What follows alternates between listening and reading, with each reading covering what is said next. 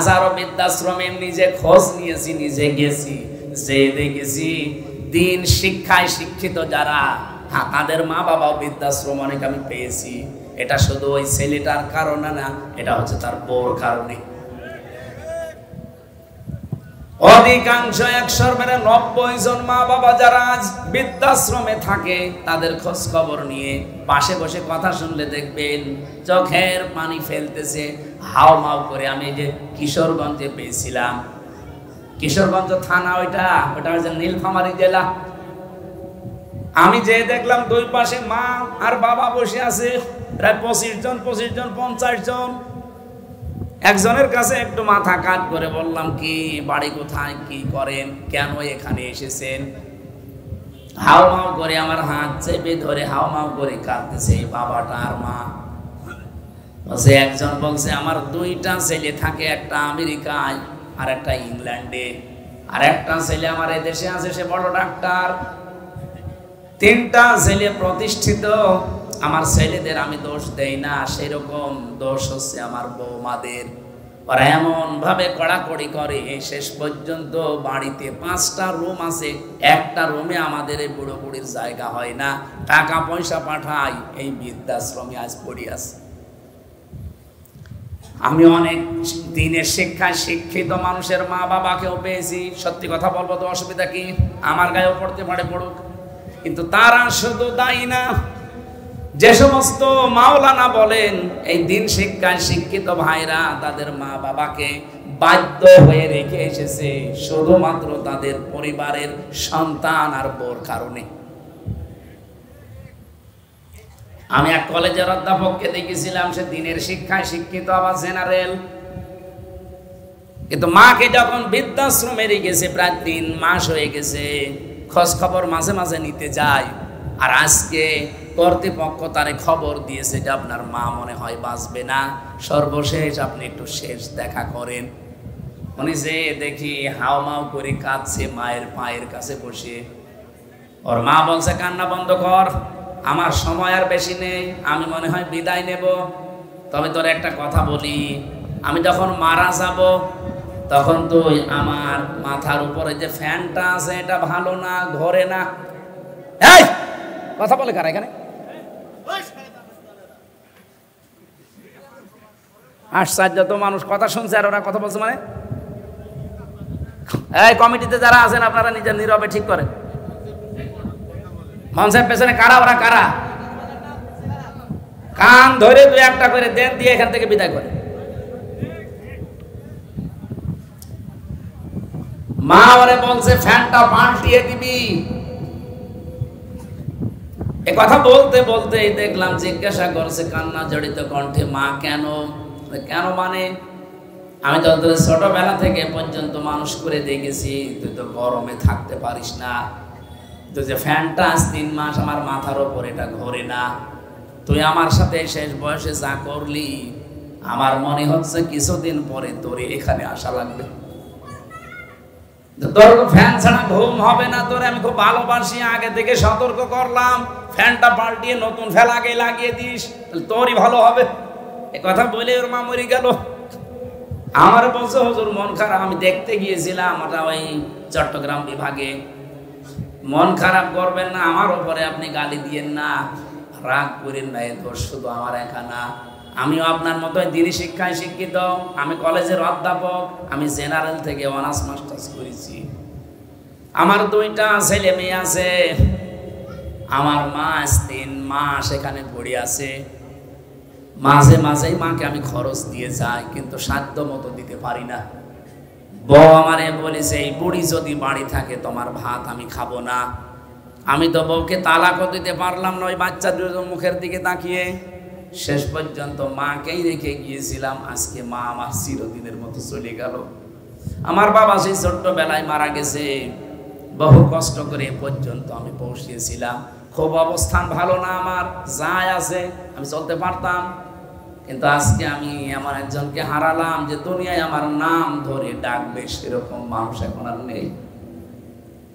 বলেন তো জেনারেল শিক্ষা বলেন আর ধর্মীয় শিক্ষা বলেন, মা বাবাকে বৃদ্ধাশ্রমে রেখে আসার পেছনে আমি যতটুকু দেখছি, আমি তো একেবারে কম ঘুরি না, যতটুকুই দেখছি সবচাইতে বেশি ভূমিকা পালন করে বাড়ির বউগুলো। 100টার প্রায় 98টা পরিবারে আজ বউ শাশুড়ির মিল নেই। ছোটখাটো জিনিস নিয়ে তাদের মনের দূরত্ব, শরীরের দূরত্ব এত বেশি, শেষ পর্যন্ত স্বামী যারা আমরা আছি আমরা মানসিক রোগী হয়ে যাই। বর দিকে একটু ভালোবাসা দেখালে আমার নাম পড়ে যায়, আমি বউ পাগল। মা বাবার কথা শুনতে গেলে ওদিকে শ্বশুর শাশুড়ির মন তো পাওয়াই যায় না, বউ বলে ফেলে তোমার বিয়ে করার দরকার নেই। আমি কি বেশি বললাম? এটা বাংলাদেশে নেই। এই দুই চাপা কলে পড়ে হাজার হাজার স্বামী আজ আমরা মানসিক রোগী, কিছু বলতেও পারি না, সইতেও পারি না। এ ঝামেলায় আছেন কারা? হাত তোলেন দেখি, বলেন।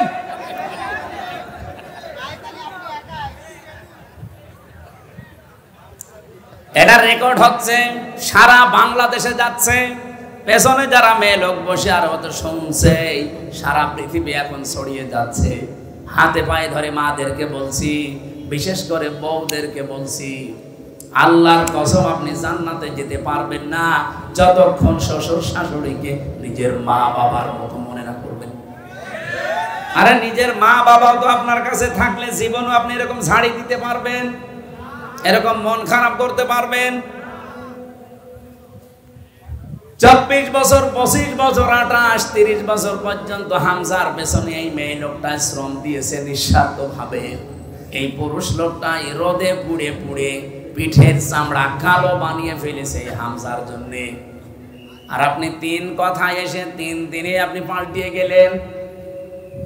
আপনি নিজের শুধু ক্ষতি করছেন না, এই স্বামীর মন থেকে তো উঠে যাচ্ছেনি। আপনি দেখবেন স্বামীরা সবচাইতে জড়ানো জিনিসকে বেশি ভালোবাসে। আর পৃথিবীতে সবচাইতে বেশি আমরা পুরুষ যারা আছি, আল্লাহর কসম আমি কোরআন হাতে নিয়ে বলতে পারি, আল্লাহ রাসূলের পরে আমি সবচাইতে বেশি ভালোবাসি আমার মা আর বাবাকে। আর এই মা বাবার সাথে যে জিনিসই জড়িয়ে থাকে তাকেও বেশি ভালোবাসি। এজন্য যদি স্বামীর মন পেতে চান, আপনি স্বামীর মা বাবার সাথে কন্যার মতো জড়িয়ে যাবেন, তাহলে এমনি আপনাকে মন থেকে ভালোবাসবে। কথা বলেন ঠিক কিনা? আরো জোরে বলেন। আমার ভাইরা, বিশ্বনবী মুহাম্মদ রাসূলুল্লাহ সাল্লাল্লাহু আলাইহি সাল্লামকে আল্লাহ যে কথাগুলো আমাদের মাধ্যমে এবার জানাবেন, সূরা আরাফ থেকে যেহেতু পড়েছি, আপনি আরাফ থেকে এই প্রাচীর নামক জায়গায় মনে করেন এখন দাঁড়িয়ে আছেন, আপনার বিচার চলছে। আপনাকে আল্লাহ জান্নাতে দিচ্ছে না শুধুমাত্র মায়ের কারণে, বাবার হক আদায় না করার কারণে। সাহাবী প্রশ্ন করলেন, হে নবী, আমার মা বাবার কারণে না আমি জান্নাত যেতে পারলাম না, জাহান্নামে আল্লাহ দিচ্ছে না কোন কারণে? একটু এইটাই আমার মূল বিষয়, নাই তো আমি পয়েন্ট পর্যন্ত আসতাম না। এদিকে তাকান।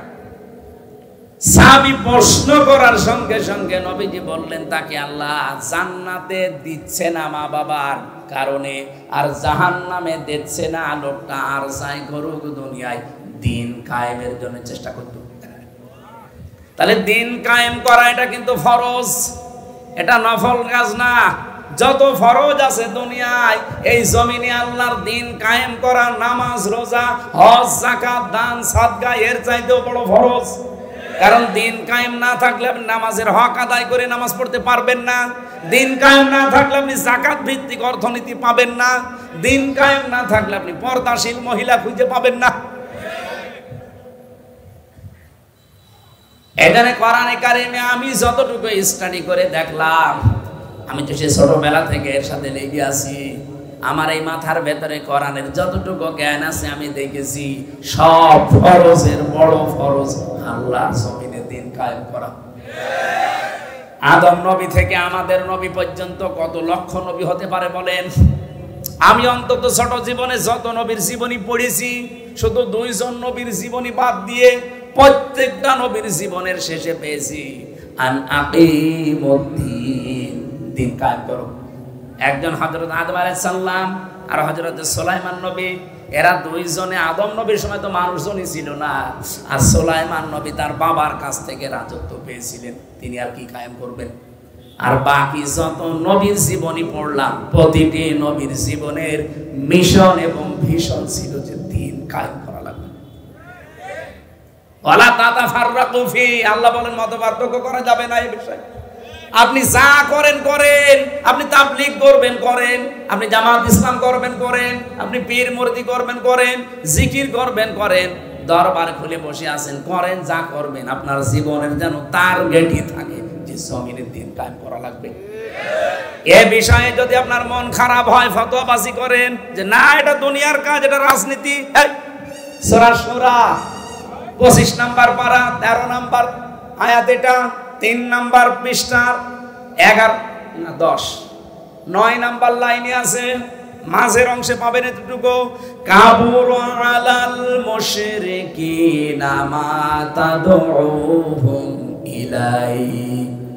আল্লাহ পাক বলেন, হে নবী আপনি জাতিকে ওদেরকে ডাকেন দিন কায়েম করো জমিনে, এটা শুনলে সবচাইতে বেশি মন খারাপ হবে তাদের যারা মুশরিক। বাংলার মুসলমানেরা, নামাজের কথা বললে আপনি আমাকে দোয়া করেন, ভালো কথা বলেন, রোজার কথা বললেও আপনার কাছে আমি ভালো, জমিনে যে আল্লাহর দিন কায়েম করা লাগবে এটা বললে আপনার কাছে রাজনীতি মনে হয়, দুনিয়ার কাজ মনে হয়। আপনি বিশ্বাস করতে পারেন যে কোনো কায়দায় আপনার দ্বারা মনে হয় শিরিক হচ্ছে। শিরিক করলে মানুষ যেহেতু মুশরিক হয়, আর দিন কায়েমের কথা শুনলে রাগ হবে, মন খারাপ হবে, খারাপ লাগবে কাদের? মুশরিকদের। বলেন বলেন, এ বাংলাদেশে দিন কায়েমের কথা বললে আপনার রাগ হয়, আপনি কি মুশরিক? বলেন। আমি তো স্টেজগুলোতে এসে আমার বাবার আইন কায়েম করো বলি না, বলি আল্লাহর বিধান কায়েম করা লাগবে। কারণ এইটা কায়েম হলে এই দেশে ডাকাতি থাকবে না, চুরি থাকবে না, যাকাত ভিত্তিক অর্থনীতি কায়েম হয়ে যাবে, ঠিক বাড়ি বাড়ি যাকাতের সম্পদ পৌঁছিয়ে যাবে। যাকাত নেওয়ার জন্য তখন পাড়া খেয়ে মরা লাগবে না। এদেশের সম্পদ বাইরের দেশে শুধু হাত পাতা লাগবে না, যে টাকায় আছে দেশের সম্পদ আছে, শুধুমাত্র যাকাত ভিত্তিক অর্থনীতি কায়েম করে দেন, এ দেশটা ঠিক 1 বছরই আবার দাঁড়িয়ে যাবে।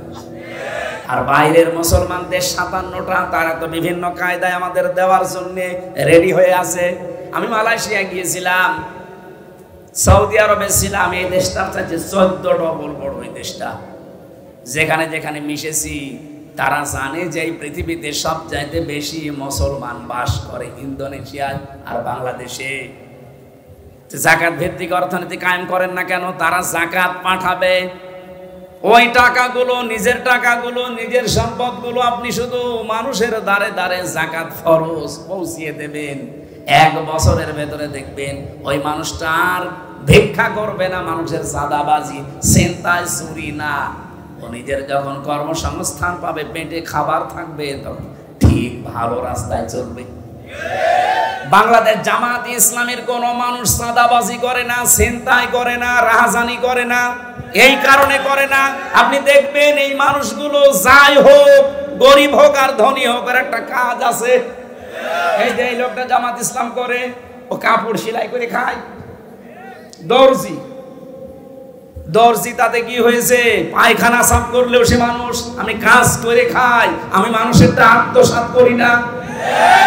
বাংলাদেশ জামাত ইসলামীতে এই দেশে যত মানুষ আছে দেখবেন, সে ধনী হোক, গরিব হোক, মধ্যপন্থার হোক, তার যে কোনো একটা কাজ আছে। আমি জামাত ইসলামী করি, এই যে ওয়াজ আমার কাজ না, এটা আমার দায়িত্ব, কিন্তু আমার একটা আলাদা কাজ আছে। আমার একটা ব্যবসা, 2টা ব্যবসা আছে, একটা বইয়ের, একটা কাপড়ের। যদিও সরাসরি আমি সময় না দিলেও আমার লোক রাখা আছে, আমার শালাটা কাজ করে, আমার আর কর্মচারী দিয়ে কাজ করি, আমার কর্মজীবন আছে, আমার ব্যবসা আছে, লাভ লস আছে। এই জন্য আমার চাঁদাবাজি করা লাগে না, আমার ছিনতাই করা লাগে না, আমার টেন্ডারবাজি করা লাগে না। অথচ যে মানুষগুলোর কর্মজীবন নেই, তাদের কর্মজীবনই এই রাজনীতি। বলেন তো, তার কোনো কর্মজীবন নেই, কোনো কাজ নেই, ওর কাজই রাজনীতি করা। সে মেম্বার হয়ে, চেয়ারম্যান হয়ে, মেয়র হয়ে, এমপি হয়ে ও মেরে খাবে নাকি? আকাশের দিকে তাকিয়ে থাকবে? এই কারণে কুষ্টিয়ার কথা বলছি। আগস্টের 5 তারিখের পরে যে এই সেপ্টেম্বর আরম্ভ হচ্ছে কালকে থেকে, এই 1 বছর 26 দিনের একটা জরিপ, শুধু কুষ্টিয়ায় বহু মানুষ হাজার হাজার কোটি কোটি টাকা শুধু চাঁদাবাজি করেছে। ওই জামাত ইসলামের একটা লোকের বিপক্ষে এটা তোলেন তো, সারা বাংলাদেশ দিয়ে দিলাম যান। আপনার বিরুদ্ধে কথা আসে কেন? কর্মজীবন তৈরি করেন, দরকার পায়খানা সাফ করে, রাস্তা ঝাড়ু দেবেন, যে কোনো কাজে থাকবেন, শয়তান আপনাকে দিয়ে উল্টা পাল্টা কাজ করাতে পারবে না। কারণ কাজ যখন নেই তখনই শয়তান তার টার্গেট করে। আপনাকে আমি ভালোবাসি, আপনার আখেরাত যেন নষ্ট না হয়। আরে ভাই, চাঁদাবাজি করে হয়তো আপনি 2 কোটি টাকার মানুষ হবেন, আপনার চাইতে আরো 5 কোটি টাকার মালিক ছিল অনেকে, কিন্তু এখন বাড়িতেও থাকতে পারে না। আমি নিজে সাক্ষী, 620টা বাড়ি একজনের, একজন মন্ত্রী ছিল আগে, যিনি মন্ত্রী ছিল ভূমি মন্ত্রী, আপনার ডিলু, উনি তো কবরে চলে গেছে। ওনার পরে একজন হয়েছিল চট্টগ্রামে বাড়ি, সাইফুজ্জামান জাভেদ। একবার বাইরের দেশে গেলাম, সিঙ্গাপুরে না মালয়েশিয়া যেন, হোটেলে উঠেছি নিচতলায়। হোটেল তো অনেক বড় বড় হোটেল, লিফটে নামা লাগে, 20 তলা 25 তলা 30 তলা 118 তলা পর্যন্ত আছে মালয়েশিয়াতে।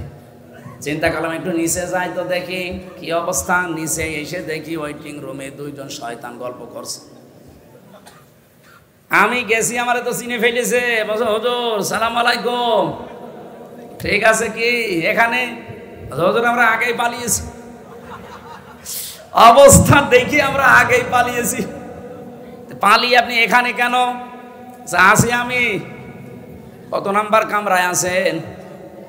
আসি এই হোটেলে আসি। আপনি কত নাম্বারে আছেন? আমার তো আর ওর মতো ভয় নেই, বললাম অমুক নাম্বারে আছি। আপনি এখানে হোটেলে এসে থাকেন, অথচ শুনেছি নাকি এই দেশে আপনার সাহেব পাড়া আছে, সিঙ্গাপুরে আপনার নিজের ফ্ল্যাট আছে, থাইল্যান্ডে আপনার বাড়ি আছে, আমেরিকায় বাড়ি আছে, কানাডায় বাড়ি আছে, আর বাংলাদেশের বিভিন্ন জেলায় সব মিলে সরকারি তালিকায় তার 620টা বাড়ি। আমার বাবার একটা বাড়ি মাত্র। তাই আমি এই 1 বছরের ভেতরে মনে হয় 2 মাসও বাড়ি থাকতে পারি না, 10 মাসে আমার রাস্তায় কাটে। আর আপনার 620টা বাড়ি কবে থাকবেন? আমার বছর থাকা আগস্টের 5 তারিখ, তো আপনারা সব দখল করে নিলেন। আমি 3 তারিখে রাতে পালিয়েছি, এই পর্যন্ত প্রায় 7 মাস চলছে। খুব গোপনে আছি, কেউ জানে না। আপনি শুধু দোয়া করেন। দোয়া? তোমার জন্য দোয়া আসবে মন থেকে? বদদোয়া আসবে? তো এখানে থাকেন টাকা, এখানে তো অনেক ভাড়া। উনি সেই কামরার কথা বলেছেন, যেখানে থাকে কমপক্ষে বাংলাদেশের টাকায় কমপক্ষে 50,000 টাকা প্রতিদিন। আমাদের 30,000 লাগতো, আমাদের তো 1 রুম, আর উনি ফ্ল্যাট নিয়ে থাকে। 50,000 টাকা প্রতিদিন ভাড়ায় 7 মাস চলতেছে একাধারে, অথচ নিজের বাড়ি তালা লাগানো। যে সাহেব পাড়া আছে তালা লাগানো, ওখানে থাকেন না? থাকবো।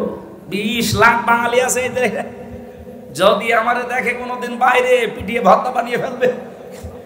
এই হোটেল যেহেতু খুব সিক্রেট, কেউ আসে না এখানে, কারণ 3-4টা গেট পার হয়ে আসা লাগে, আবার সেন্সর লাগানো আছে, আপনি গেলেই ঢুকতে পারবেন না। আপনার চেহারা দেখবে, তারপরে কাজ করবে, ওটা আগে থেকে সিস্টেম করা। এখানে আসি জেলখানার মতোই প্রায়, শুধুমাত্র একটু খাওয়া দাওয়া ভালো, আর ওই মোবাইল চালাতে পারি। তাছাড়া আপনারা 3 বছর জেলে ছিলেন, ওই রকমই আছে। তাও তো অন্তত আপনারা কারারক্ষী দেখতেন, ওই যে জেলার সোফার আসতো, মাঝে মাঝে দেখা হতো, আর আমরা জেলার সোফারও নেই। এতগুলো বাড়ি, আজ একটা বাড়িতেও থাকতে পারি না। এভাবে যদি কয়েক বছর কেটে যায়, আমার মনে হয় শেষ পর্যন্ত আমারও না খেয়ে মরা লাগবে। আমার ওই দিন থেকে বিশ্বাস হয়েছে, 620টা বাড়ি আল্লাহর এই বান্দা নিজের বাবার টাকায় জীবনও বানায়নি। কথা বলে না কেন? আপনি যারা 1 বছর 1 মাসের ভেতরে 1000 কোটি টাকার মালিক হয়ে গেছেন, সবই তো আপনার বাবার টাকা। এই জন্য আপনাকে বলছি, সময় কিন্তু পাল্টাতে বেশি দেরি হয় না। হঠাৎ করে যদি সময় পাল্টিয়ে যায় না, তখন দেখবেন এই 1000 কোটি টাকা তো যাচ্ছে, সাথে সাথে আরো 50,000 যাচ্ছে। জামাত ইসলামী বাংলাদেশের নাম বললাম, অনেকের মন খারাপ হয়ে গেল। আর ভাই একটা দেখান তো যে এরাও আপনার মতো সাদাবাজি করে খেয়েছে, কেন এদের কি অভাব নেই? এরাও 15 বছর আপনার মতো নির্যাতিত ছিল, আপনার চাইতে বেশি ছিল। আমি জামাতের একজনের পেয়েছি 313টা মামলা, তার আপনারও মামলা আছে 517টা পর্যন্ত আমি মামলা পেয়েছি এদেশে একজনের। আমি মাঝে মাঝে ভাবতাম আল্লাহ 365 দিনে বছর শেষ, ওই এক একটা মামলার জন্য একটা করেও হাজিরা দেয়, 517টা কয় বছর হাজিরা দেবে? আমার মাত্র 2টা মামলা, তাই আমার হাজিরা দিতে দিতে জীবন শেষ হয়ে যাচ্ছিল। যদিও আমার মামলা এখন প্রায় সব খারিজ হয়ে গেছে। রাষ্ট্র আমাকে ঘোষণা দিয়ে জানিয়েছে যে আপনার সাথে এর কোনো সম্পৃক্ততা পাওয়া যায়নি, আপনি নির্দোষ। আমি যদি নির্দোষী হয়ে থাকি 2 বছর 3 বছর আমার জীবন থেকে কেড়ে নিলেন, ওই জীবন সময়টা ফেরত দেন। হাসিনা আর যাই করুক না কেন, এই 3টা বছর অন্তত যে জুলুম করেছে, আমি খোলাখুলি বলছি, আল্লাহর কসম কোরআন আমার সামনে, আমি কিন্তু জেলখানায় 20 সালের শেষের দিকে গেছি, এই 23 সালের শেষে বের হলাম 24 সালে। বলেন তো এই 3 বছরের আগে আমার যতগুলো বক্তব্য, আমি জামাত ইসলামী বাংলাদেশকে শুধু সাপোর্ট করতাম, ভালোবাসতাম, কিন্তু এখন আমি অ্যাক্টিভ হয়ে কাজ করছি শুধু এই হাসিনার কারণে। আমি যাদের সাথে ছিলাম এই মানুষগুলোর অ্যাক্টিভিটিস দেখেছি, তাদের পড়াশোনা দেখেছি, বিশেষ করে আমিরে Jamaat doctor Shafiqur Rahman, secretary general অধ্যাপক মিয়া গোলাম পরোয়ার, এই পাশের জেলা সিরাজগঞ্জ মাওলানা রফিকুল ইসলাম খান, ওই সাতক্ষীরার মাওলানা ইজ্জতুল্লাহ, রংপুরের এটিএম আজহারুল ইসলাম, এদের সাথে ছিলাম আমি। এদের সাথে সেতে পড়েছি, বুঝেছি, এদের মতো কাজ করার চেষ্টা করতে করতে এখন আমি নিজে অ্যাক্টিভ হয়ে গেছি। তার মানে এই কাজটা করেছে আমার হাসিনা আপা। হাসিনা যদি আমার এভাবে না দিত, আমি শুধু ওই অবিখা ওয়াজ করে খেতাম। ওই যে কাবি খা আছে না, কাজের বিনিময় খাদ্য, আর আমারটা ছিল অবিখা ওয়াজের বিনিময় খাদ্য। আমি তো ওই লাইনে ছিলাম। হঠাৎ করে এভাবে কষ্ট না দিলে আমি তো অ্যাক্টিভ হতাম না। এই দিন কায়েম করা যে কত বড় ফরজ, এটা আমি বুঝতামও না, শুধু পড়িয়ে যেতাম। এই আয়াত তো আমি সে জন্মের পর থেকেই পড়ছি। আমি যেদিন কায়দা পড়া শেষ করে কোরআন শরীফ ধরেছিলাম, পড়াটা শেষ করে এই আয়াত তো সেই দিন থেকে আরম্ভ করেছি, সেই 5 পাস করার পর থেকে। এতদিন পর্যন্ত তো এইভাবে বুঝতাম না যে কাবুরা আলাল মুশরিকিনা মা তাদউহুম ইলাই। হে নবী, আপনি যেদিকে মানুষকে ডাকেন যে দিন কায়েম করো, এটা শুনলে সবচাইতে বেশি খারাপ লাগবে মুশরিকদের। এই বাংলাদেশে দিন কায়েম করার কথা যেই বলুক, এর কথা শুনলে যদি আপনার মন খারাপ হয়, রাগ হয়, আপনি বুঝবেন আপনার ভেতরে শিরিক আছে। আর শিরিক যারা করে তারা মুশরিক, আর মুশরিক হলে আপনার কাছে খারাপ লাগার কথা। আপনি বলেন কই আমি তো শিরিক করি না, অবশ্যই করেন, না আপনার কাছে খারাপ লাগে কেন? কোরআন শরীফ কি মিথ্যা হবে? এখানে আপনি শিরিক করছেন, আপনি আগে মুক্ত হন, তাহলে আপনার কাছে দিন কায়েমের কথা শুনলে আনন্দ লাগবে, মন খারাপ হবে। আর আপনাকে আল্লাহ নিয়ে আসবেও না। এই আয়াতের শেষের শব্দ আল্লাহু ইয়াজতাবি ইলাইহি মাইয়াশা। আল্লাহ পাক যাকে ইজতিবা করেন মানে মনোনীত করেন, পছন্দ করেন দিন কায়েমের জন্য, তাকে আল্লাহ এই কাজে লাগান। ওয়াহদি ইলাইহি মাইয়ুনিব। কিন্তু আমার আল্লাহ দেখেন যে এর মন আছে কিনা। আপনি যদি মন থেকে ফিরে আসেন, আল্লাহর দিন আমি কায়েম করবই, চেষ্টা করে যান, তখন আল্লাহ আপনাকে এই কাজে লাগাবে। বাংলাদেশে সবাই কি দিন কায়েমের পক্ষে? বলেন বলেন। 18 কোটি মানুষ, এখন মাত্র 7 কোটি 20 লাখ মানুষ। এই যে জরিপ 3 দিন আগে, 7 কোটি 20 লাখ মানুষ এখন চাচ্ছে যে দিন কায়েম হোক, আর বাকিরা এখনো চাই না। আমি বিশ্বাস করি আয়াত দ্বারা, সূরা শুরা 13 নম্বর আয়াত, এই বাংলাদেশে এই 20 কোটি কি 7 কোটি 20 লাখ মানুষকে আমার আল্লাহ অলরেডি তার দিন কায়েমের জন্য নির্বাচিত করেছে তাদের মন দেখে। তারা যেহেতু ইলাইহি উনিব, মন থেকে ফিরে আস, মুনিব না ইউনিব, ইলাইহি ইউনিব, যারা মন থেকে আল্লাহর দিকে ফিরে আসতে চায় তাদেরকে দিন কায়েমের কাজে আল্লাহ লাগিয়ে দেন। আর বাকি এখনো যাদেরকে আল্লাহ নির্বাচিত করেনি, পছন্দ করেনি, তারা আসতে পারে নাই। তাদেরকে আহ্বান জানাচ্ছি, মন তৈরি করেন, জীবনের টার্গেট বানান যে আমি 200 বছর বাঁচবো। দিন কায়েম হবে না, আমি বেঁচে থেকে লাভ কি? আল্লাহর বিধানে যদি কায়েম না হয় জমিনে, আমি তো অন্তত 100 বছর পরে মরে যাব, কিন্তু জমিনটা এইভাবেই থেকে যাবে, শয়তানরা চালাবে না। আমি যতদিন আছি আমার টার্গেট এটা যে জমিনে কি করে আল্লাহর দিন কায়েম করা যায়। একটু মন চায় না, চর্ম চোখে দেখতে মনে চায় না যে কোরআন দিয়ে চললে দেশটা কেমন লাগে? আর এটা বললে আপনার কাছে রাজনীতি মনে হয় কোন কারণে? আপনি করেন, আমি আপনার পেছনে আছি। হয় আপনি নিজে ভালো হয়ে এই কাজ করেন, হয় নিজে ভালো হয়ে এই কাজ করেন, নয়তো যারা করছে তাদের পেছনে থাকেন। ফতোয়াবাজি করবেন না, ওয়ালা তাতাফাররাকু ফি, কোন ফতোয়াবাজি এই লাইনে চলবে না।